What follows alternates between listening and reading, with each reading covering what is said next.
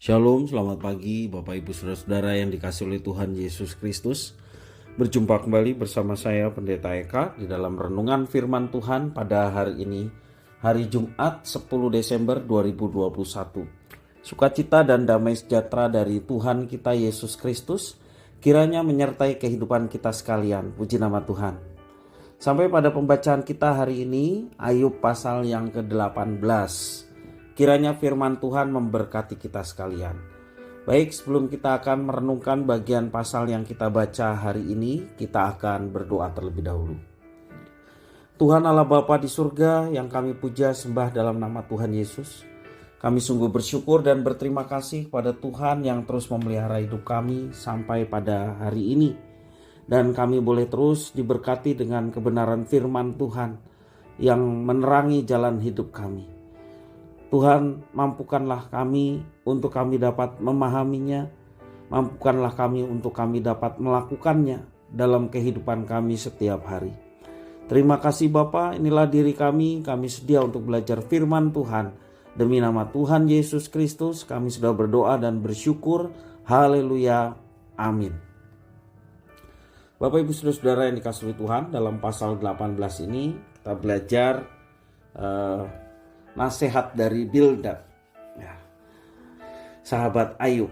Ayat 1 sampai 4 saya bacakan ulang. Maka Bildad orang Sua menjawab, "Bilakah engkau habis bicara, sadarilah, baru kami akan bicara.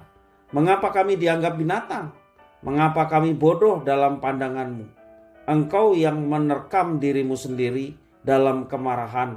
Demi kepentinganmu kah bumi harus menjadi sunyi dan gunung batu bergeser dari tempatnya?" Bapak Ibu Saudara-saudara, dalam pasal ini Bildad menyodorkan sebuah gambaran tegas tentang yang namanya neraka. Ya. Bagi Bildad, Ayub hanyalah seorang manusia yang tidak tahu diri, tidak bisa mengendalikan diri, dan mengharapkan sebuah dispensasi ilahi untuk tidak tunduk pada hukum-hukum alam. Pada bagian ayat 1 sampai 4 yang saya bacakan tadi, Bildad hendak mengatakan bahwa segala sesuatu di dunia ini ada tempatnya. Dan tempat yang cocok bagi Ayub adalah neraka karena penderitaan yang tengah dialaminya. Pada bagian kedua, kalau kita membaca di dalam pasal 5, maksud saya ayat 5 sampai 21, ya, ditemukan satu ide yang diulang berkali-kali, yaitu tempat tinggal atau kemah atau tempat kediaman. Dengan ide ini Bildad mengatakan neraka adalah sebuah tempat tinggal yang menjadi tujuan akhir orang-orang fasik. Bildad menggambarkan neraka sebagai sebuah tempat yang gelap. Itu dalam ayat yang ke-5 sampai yang ke-6.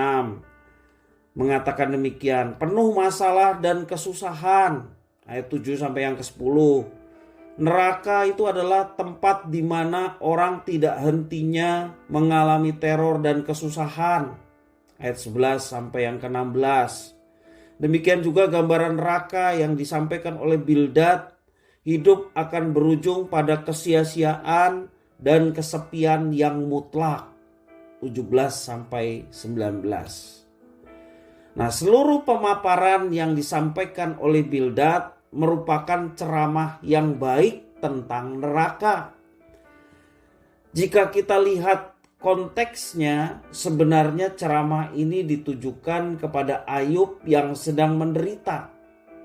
Jadi konsepnya baik, tetapi tujuannya sekali lagi adalah untuk menghakimi Ayub. Dikaitkan dengan Ayub yang sedang menderita pada saat Bildad berbicara soal neraka. Pemikiran karma ala Bildad dalam pasal ini sesungguhnya tidak begitu jelas, ya, karena orang fasik hidupnya pasti menderita dan masuk neraka. Karena itu orang yang hidupnya penuh penderitaan setelah mati akan mendapat tempat di neraka. Itu konsep yang disampaikan oleh Bildad. Sebaliknya orang yang saleh pasti hidupnya sukses. Tentu saja dia menilai diri, yakni Bildad. Kalau saat ini dia tidak menderita seperti Ayub, artinya dia sukses. Ya. Dan kesuksesan itu akan diberikan kepada orang saleh. Bahkan selain daripada kehidupan yang sukses, orang saleh itu masuk surga. Karena itu orang yang hidupnya di dunia setelah mati akan masuk surga. Sayangnya Bapak Ibu Saudara, ada juga pandangan-pandangan orang Kristen masih seperti yang diberikan oleh Bildad. Pemikiran-pemikiran seperti itu. Orang yang rajin ke gereja dalam pengertian saleh, orang yang Kristennya kelihatan baik ya, melakukan hidup yang baik ya, itu pasti masuk surga. Ada gereja yang berpandangan seperti itu. Nah, Bapak Ibu Saudara yang dikasihi oleh Tuhan, pandangan-pandangan seperti itu menyepelekan anugerah.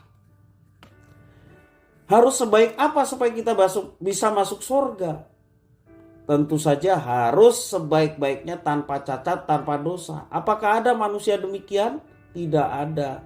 Artinya kalau standar masuk surga adalah kesalehan, tentu saja tidak ada seorang pun yang bisa masuk surga. Bahkan Alkitab memberikan penjelasan kesalehan kita seperti kain kotor. Kain kotor itu artinya kain pembalut. Artinya sesuatu yang menjijikan dan harus dibuang. Nah, kesalehan kita digambarkan seperti itu. Maksudnya apa? Maksudnya supaya kita sadar bahwa tidak sedikit pun karena jasa-jasa kita layak untuk menerima surga. Semua karena anugerah Tuhan, bukan karena kehebatan ataupun kesalehan kita. Sebab kesalehan kita itu tidak ada artinya apa-apa di hadapan Tuhan. Orang beriman, ya, kita menyadari bahwa segala sesuatu itu karena anugerahnya. Selagi sebagai orang beriman, adakah anugerah hadir dalam kehidupan kita dan dalam interaksi kita dengan orang-orang yang ada di sekitar kita? Orang beriman maupun tidak beriman sama-sama mengalami kesulitan hidup, bukan? Tugas kita bukanlah membuat penghakiman yang tergesa-gesa seperti yang dilakukan oleh Bildad terhadap Ayub. Dan tidak memiliki bukti yang kuat langsung saja menghakimi bahwa Ayub menderita oleh karena dosa-dosanya dan siap masuk neraka. Bagian kita sebagai orang percaya adalah menjadi saluran anugerah Tuhan. Dalam setiap aspek kehidupan kita, baik diri kita maupun juga bagi kepentingan orang lain yang membutuhkan anugerah Tuhan. Bapak Ibu Saudara-saudara yang dikasihi Tuhan, konsep kekristenan itu sangat tegas mengatakan bahwa segala sesuatu karena anugerah Tuhan. Segala sesuatu karena kasih karunia.